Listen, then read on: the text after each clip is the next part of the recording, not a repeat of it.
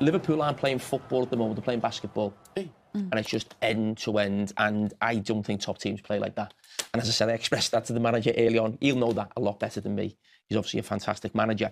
But right now, Liverpool went from I would call them a top team, but a workman-like team, I would say, last season. And they've sprinkled a little bit of stardust on it in terms of the transfers that he brought in. And they haven't gained anything going forward, but they've lost a lot defensively. So I think for the manager now, last season was such a smooth ride for him. He's now got to really earn his money. You know, he did last season, won the Premier League, unbelievable.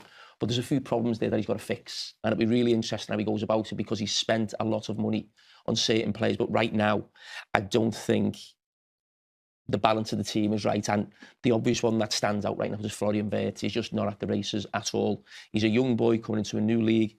He's got plenty of time to go as a Liverpool player. But right now, I think he needs to come out of the team. Liverpool get back to what they were last season and then go from there and try and build some confidence and build some defensive solidity, because right now it just looks a mess. I don't like hearing you like this, Jamie. No. They've only lost 2 games, I mean. No, but it's not the losses. It's not the defeats. It's the performances. And this has been coming from day one. Liverpool got battered by Newcastle in the second half of that game. Newcastle had 10 men.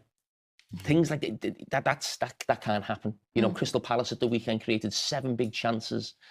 That's more big chances any team has conceded in the Premier League all season. And Liverpool are the champions. You know, so this has been coming. This is not a shock. For me in the last couple of games, and the manager needs to fix it. We'll give Jamie an opportunity to break it down further in the full post-game that we've got coming up for you. But Thierry, just quickly before we go to a break, your thoughts then on Galatasaray and how well they did in that game, whether they deserved that result?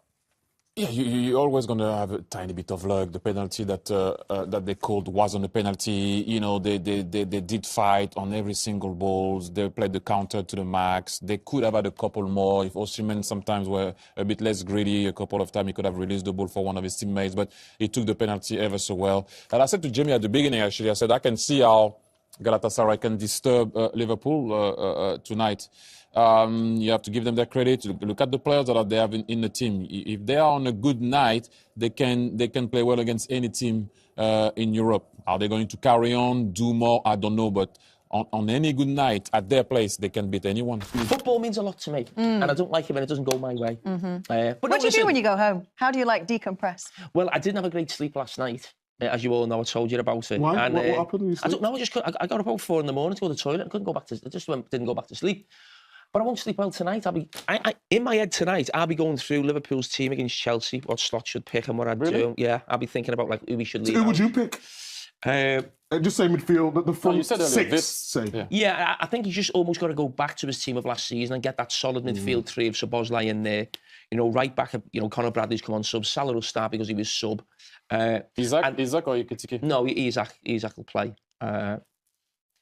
I just think Liverpool need to get back to being sort of more powerful and difficult to beat, and not have as many sort of footballers, and get the bigger players on the pitch. And as I said, make it difficult for Chelsea. And even Chelsea, tonight they've had a great result.